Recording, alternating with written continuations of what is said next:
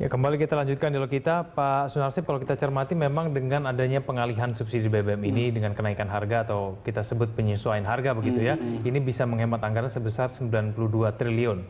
Nah, ini mungkin setara pemberian dengan 1,4 M per desa untuk 65.714. Nah, kalau menurut Anda nih, 92 triliun yang bisa kita hemat itu, apakah itu sudah cukup untuk kemudian dialihkan kepada sektor-sektor yang sudah kita bahas tadi? Seperti energi, pembangunan kilang minyak, dan kemudian untuk tol laut, segala macam itu. Karena kan harapan begitu tinggi nih Pak, terhadap 92 triliun ini akan seperti apa? Gini, pengalihan subsidi itu bukan berarti uang 92 triliun atau ada yang ngitung 140.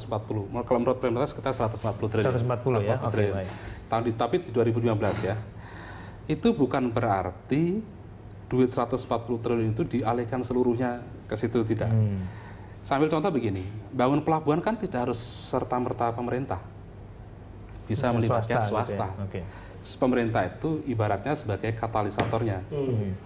Bisa ngasih insentifnya, ngasih insentifnya aja fiskalnya ada nggak berapa itu sebenarnya, termasuk membangun, mengembangkan dan mengeksploitasi sumber-sumber energi di laut.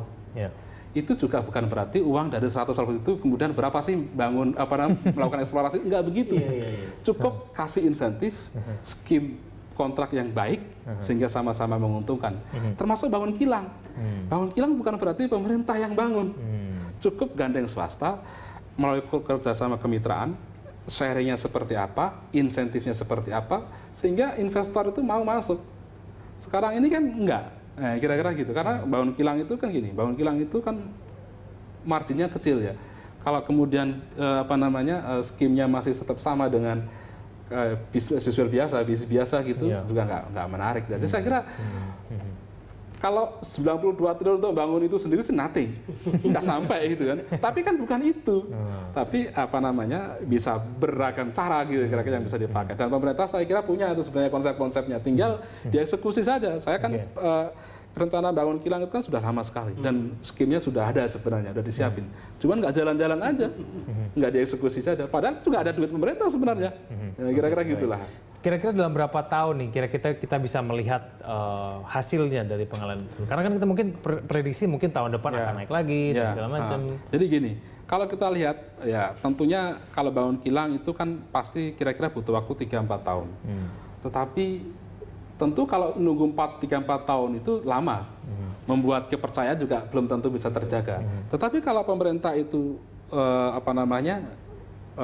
mempunyai roadmap yang jelas, dilakukan secara bertahap dengan parameter indikator keberhasilan yang cukup gitu ya, dijelaskan kepada publik.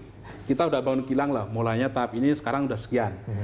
Nanti tahun depan prosesnya sekian persen.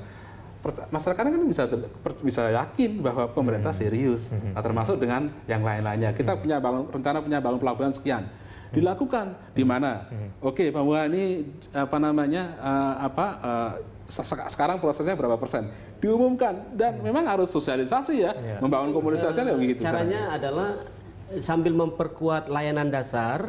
Nah, itu yang strategis tadi dibangun. Betul.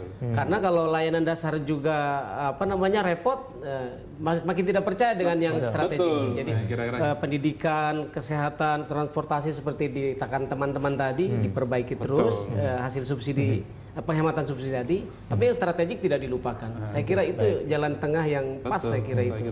Baik, kita lanjutkan lagi dulu kita di segmen terakhir, nanti pemirsa kita akan segera kembali sesaat lagi.